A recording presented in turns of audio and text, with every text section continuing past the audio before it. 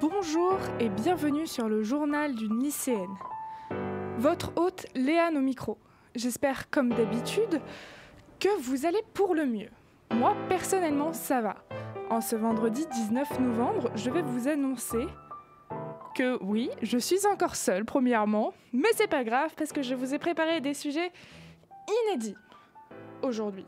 Enfin, quand je dis inédits, c'est pour l'émission, hein.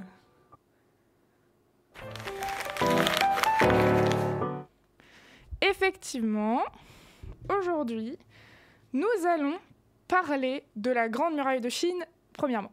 Alors oui, c'est un peu étrange comme sujet, je vous l'accorde, mais ça me paraît très intéressant de vous en parler, surtout pour ce que j'ai trouvé. Suite à cette chronique, en fait, j'ai entendu une chronique Ai-je besoin encore de vous les présenter de mes amis de pensée lycéenne, et tout particulièrement Irène qui a fait une chronique sur les 8000 statues en terre cuite de l'empereur, dans leur dernière émission, celle de lundi. Puis ensuite, nous aurons la musique de la semaine, qui nous fera repartir dans les années 60. Et le deuxième et dernier sujet que nous aborderons aujourd'hui, c'est l'histoire des attrape-rêves. Allez, on est parti pour la muraille de Chine, let's go!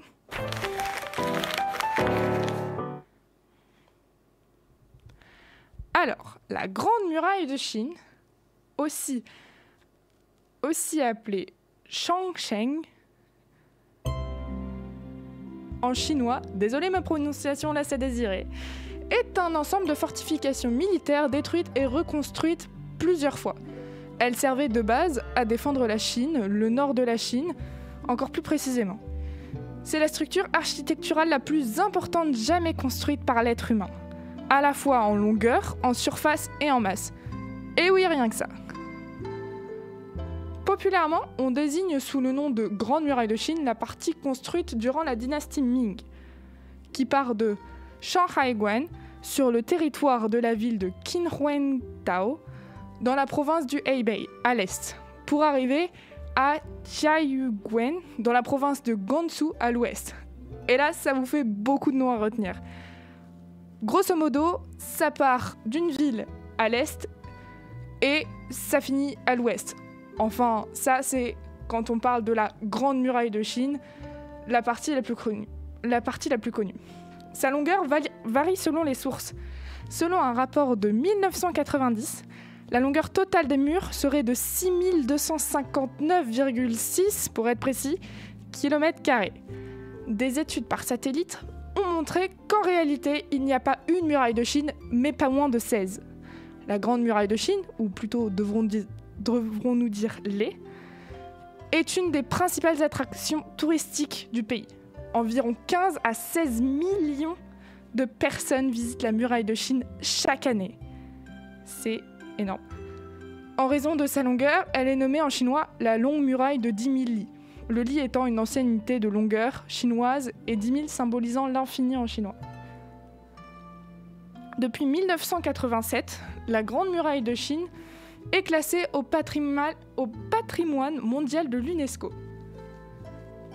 Pour vous parler un petit peu plus de son architecture, sa largeur varie entre 5 et 7 mètres en moyenne et sa hauteur entre 5 et 17 mètres. Alors oui, je sais, ça fait une très grande fourchette, mais c'est parce que du coup, à certains endroits, il y a des montagnes et pas à d'autres, d'où la hauteur qui varie. Elle est ponctuée de tours de guet carrés, encore heureux pour les gardes, et de bastillons sur toute sa longueur. Elle a été fabriquée avec de la pierre, jusque-là ça va, du ciment, de la terre, des briques d'argile. Il a été découvert récemment qu'il y avait été incorporé 3% de riz gluant dans le mortier, ce qui avait considérablement renforcé sa résistance. Et oui, mesdames et messieurs, si jamais vous êtes déjà allés sur la muraille de Chine, vous avez probablement marché sur du riz. C'est très rassurant, n'est-ce pas? En revanche, les mêmes études n'ont révélé aucune présence d'éléments osseux dans ce mortier, contrairement à la légende, qui disait que sa solidité et sa blancheur étaient liées à la présence d'eau humaine. D'ailleurs, par rapport à ça, il existe une légende, enfin en Chine, il existe plein de légendes, mais celle-là est très connue parce que du coup, je vais vous raconter la légende dont je viens de... La dame Meng Qiang, Meng Qiang. Voilà la prononciation, désolé. À l'époque du chantier de construction de la Grande Muraille conduit par le général Meng Tian sous les Qing sont aussi une dynastie du coup pour le coup. La dame Meng Tian avait vu comme des dizaines de milliers d'épouses son mari requis pour les travaux. Inquiète pour la santé de celui-ci, elle quitta son village du Shaanxi pour lui porter des vêtements chauds. Après une épuisante recherche, elle finit par trouver un groupe d'hommes qui connaissaient son époux. Malheureusement, elle arrivait trop tard. Celui-ci avait déjà succombé à la tâche. À cette nouvelle, Meng Qiang poussa un tel cri de douleur que les nuages noirs vinrent voiler le ciel. Il y eut un éclat terrible qui s'abattait sur la grande muraille de Chine. La fendit. C'est alors que la veuve découvrit le corps de son mari au milieu des décombres de ce mur mangeur de tant de vie. Meng Qiang l'étreignit de désespoir et courut se jeter dans la mer. Plus tard, on édifia un temple sur le lieu du drame à Shanhaiguan. Si vous avez retenu, c'est l'une des villes dont je vous ai parlé tout à l'heure, près de la mer de Baohai, dans le nord de la Chine, là où la Grande Muraille rencontre la mer. Donc c'est d'après cette légende que certaines personnes disent qu'il y a des restes osseux dans le mortier de la muraille de Chine.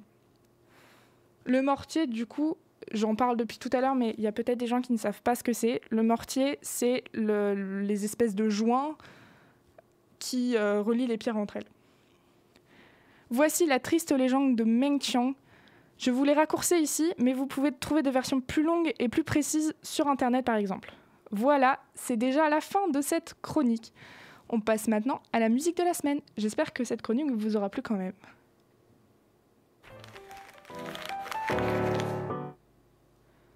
Bon, comme je l'ai dit, la musique de la semaine va nous renvoyer dans les années 60 parce que ce n'est autre que la Javanaise de Gainsbourg. A tout de suite sur Delta FM 90.2. Bon retour dans les locaux de Delta FM 90.2. Au micro, Léane du journal du lycéenne. C'était La Javanaise de Serge Gainsbourg. Et nous allons maintenant parler des attrape-rêves. C'est parti!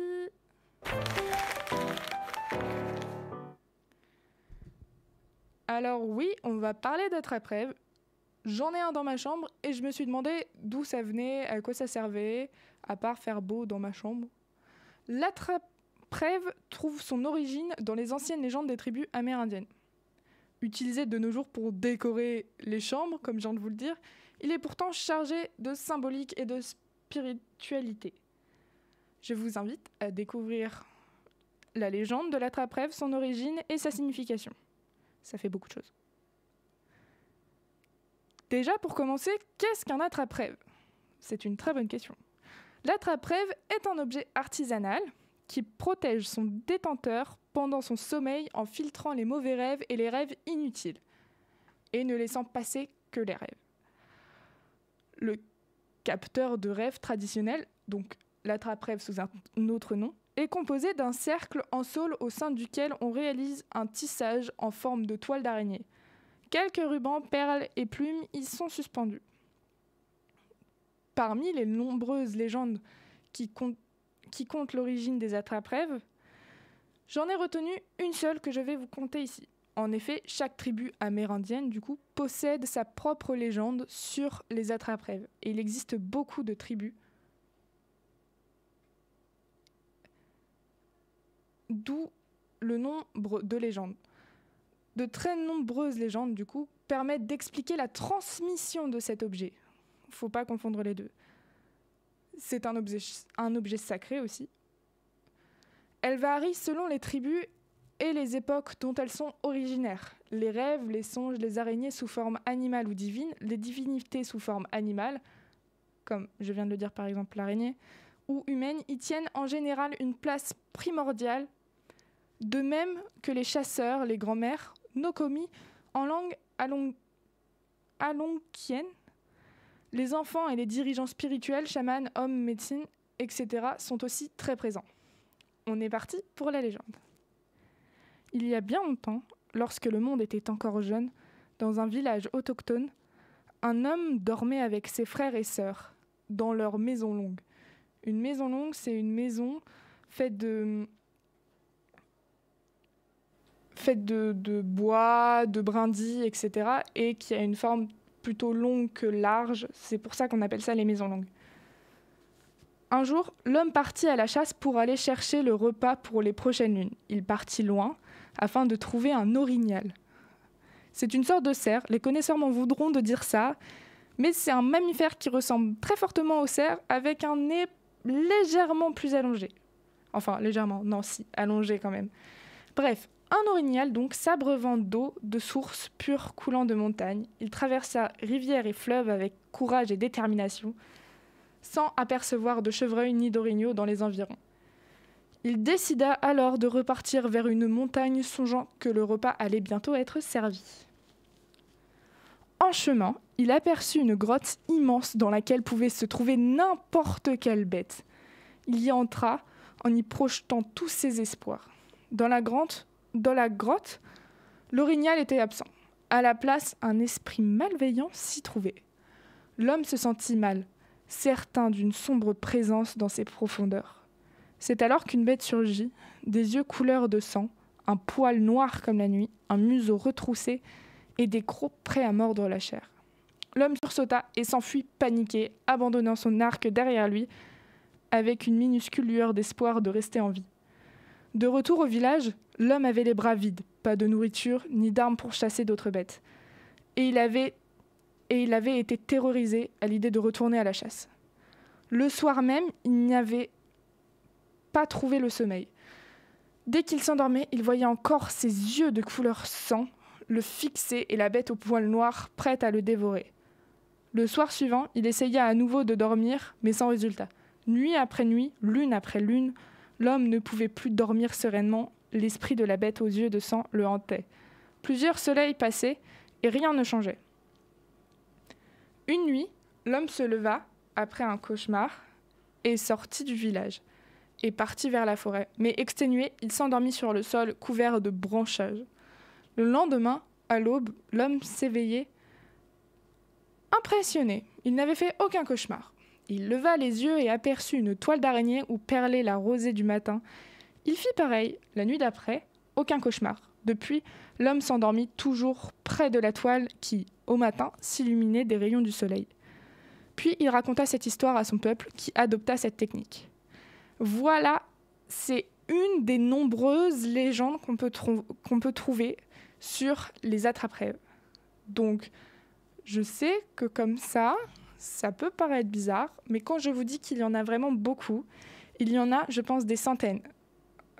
Quand j'ai trouvé celle-là, elle m'a paru très bien et assez courte pour que je puisse vous la conter. Et après, si jamais vraiment vous voulez d'autres légendes ou alors que vous connaissez d'autres légendes, c'est possible aussi du coup, puisque comme je viens de vous le dire, il en existe des centaines et des centaines.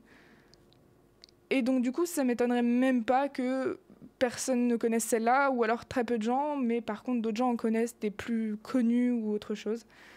Mais j'ai choisi celle-là parce que vraiment, j'aime beaucoup le fait qu'il faisait vraiment beaucoup de cauchemars et que comme il s'est endormi sous une toile d'araignée, ça l'a rassuré. Alors que, par exemple, je sais que moi j'ai très peur des araignées, du coup, ça me fait un petit peu rire, même si je sais que l'histoire n'est pas drôle en elle-même, puisque c'est une légende et que ça a quand même une morale derrière. Une morale ou un message, ça peut être l'un des deux. Et donc voilà, c'est sur cette légende que se finit cette chronique sur les attrape-rêves. C'est aussi sur cette chronique que se finit l'émission. J'espère qu'elle vous aura plu. Elle était certes un petit peu courte, mais moi, en tout cas, elle m'a grave plu parce que c'est des sujets que j'ai pas l'habitude d'aborder ou peut-être que les autres n'ont pas forcément l'habitude d'aborder. Et donc cela m'a fait plaisir de vous les partager. En attendant, vous pouvez me retrouver sur Spotify, Deezer et YouTube. Vous pouvez aussi me retrouver sur Instagram, le-journal-d.1-lycéenne. En attendant, je vous dis à la semaine prochaine pour une nouvelle émission. À la même heure, la même fréquence, 90.2. Portez-vous bien. Ciao, ciao!